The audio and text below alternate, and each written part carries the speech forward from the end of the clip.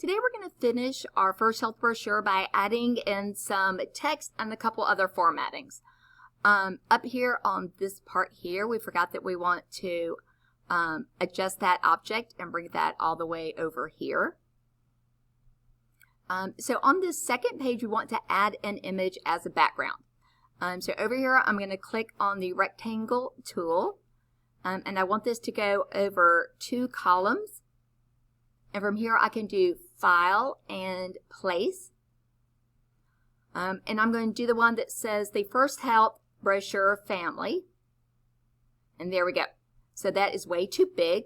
So I can right click and I can go to Fitting, and I'm going to choose Fit Content Proportionally. And there we go.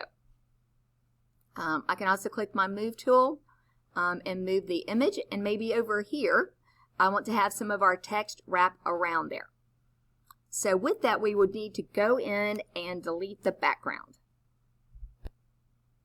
So I should be able to right click and go to Edit With and choose Photoshop, and make sure I've already removed the background and save that. Okay, so I have my image selected, and we're going to go to Window and Text Wrap. Okay. So I'm over here, and I want to wrap it on just the left side. I'm going to choose the third one to wrap around the object shape, but that's not working. So let's click here and look at our options. Okay. So where it says Contour, here we want to ask it to detect the edges. Aha. And so now it's going to detect these edges. Okay. And so then that's going to make that a lot easier for there. So maybe we can even try to add this somewhere in there, maybe where it goes to the bottom of the page and it goes over both of those, but over here it wraps to the left side. Okay, next on our home page, I want to add another text box. I'm going to do a rectangle frame. I'm going to make this one fairly large. And I'm going to do File and Place.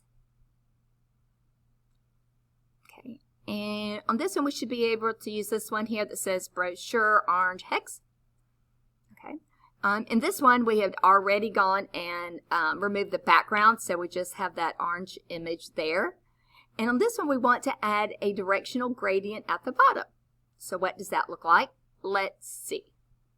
So I'm going to go over here to Object,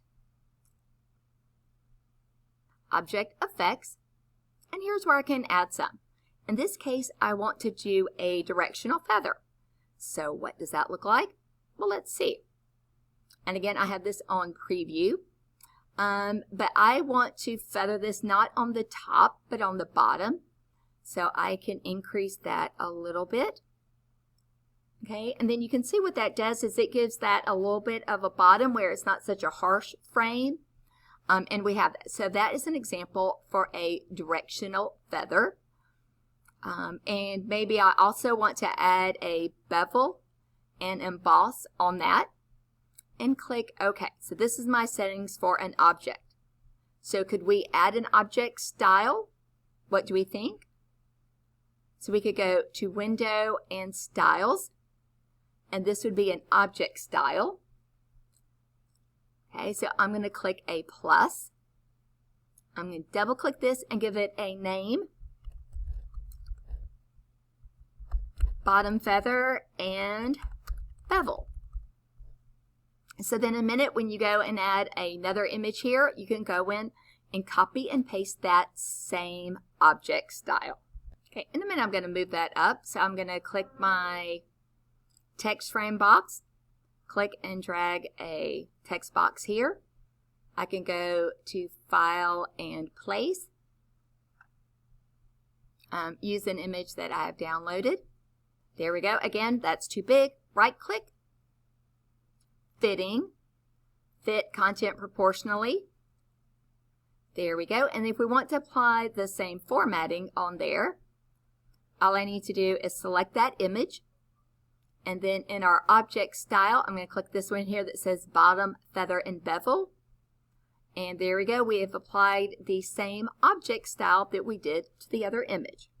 Don't forget to save your work often here.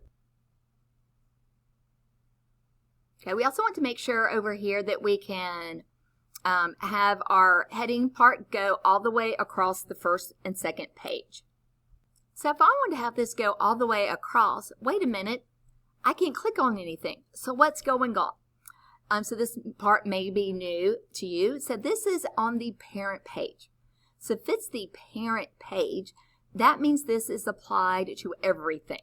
So if we make a change on the parent page, it's going to change that on both of these pages. So I'm going to make sure we are on the parent page and go and edit this. So again, I went to my A parent page and I double clicked, and now I can adjust this. So remember, this is the parent page. So if I bring this across, it would change that for all of the pages. So maybe on this one we want to have maybe 2 different parent pages. So on this parent page here,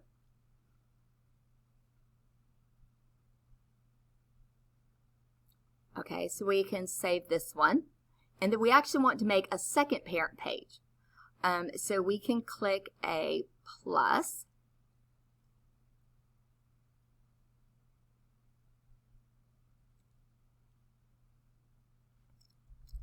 So what we want to do is we actually want to duplicate this one and then just make an edit. Okay, so on this one, I'm going to do duplicate parent spread A. This is the one B. Okay, so now I can go and double click that. And this is going to be that back page of the brochure where I'm going to want the color to go all the way to the bleed. Okay, so remember, I am still on my parent pages. So after that, I'm going to go back and click here. So let's look and see which of the parent pages we need to have applied. So right now I can see they both have a parent page A applied. So A is the one where it covers just 2 columns, and the one that is B has the heading where it goes across the entire bottom. So what do we want? So on page 1, we want to have that parent page A applied. But on page 2 here, we can right click and we can do apply parent page B. Okay, so again, so what difference does that make? So on parent page A, see, I'm still under the parent page, so hold on, let me go back over here and double click on here. So parent page A, on this one, I don't want to have that heading over here because that's my title, and it's on this page. And then when I go to my second page over here, this one I have it selected for both of these. Okay, so now from there, we can just tidy this up a little bit. For these two, maybe we want to drop that part down. So maybe it kind of fits right in here. And maybe we want to have that part even. So then just kind of go in and maybe do a few little touches on there and see if there's anything else we need to do. So over here, we can see we may need to adjust those. And we make it actually click and group all of these together as needed. And that should be about it. So again, make sure you really understand the parent pages and the reason we have those separate.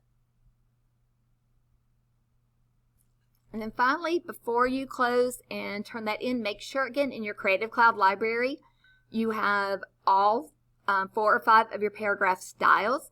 And remember, over here under graphics, we can also click the image and then click a plus and choose the graphic. Okay, and then that will put all of the pictures here in our Creative Cloud library. So we can use these same images again and again if we do another project with the Creative Cloud library.